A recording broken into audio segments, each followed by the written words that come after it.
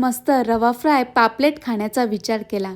मग काय, पापलेट आणली, लाल तिखट, हळद, लिंबू मस्त पिळून आणि आलं लसूणची पेस्ट टाकून, चवीनुसार मीठ टाकून, मस्त तेल लावून सर्व चारी बाजूनी लावून घेतलं आणि थोड्या वेळ ठेवून दिलं. 6 hours later.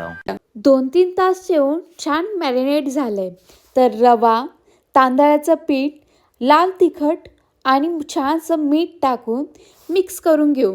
आणि ते झाल्यानंतर आपली जी पापलेट आहे ते छान थापून तर रवा लावून घेतला. आणि रवा लावून घेतल्यानंतर पॅनमध्ये छान गरम तेल करायचं आणि ते टाकलं.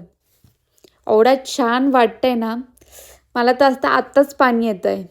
छानसं कुरकुरीत असं भाजून घ्यायचं दोन्ही बाजूने. आता तर बघा किती छान आवाज येतोय, म्हणजे समजायचं आपली पापलेट कुरकुरीत झाली. तुम्हाला कसं वाटतं?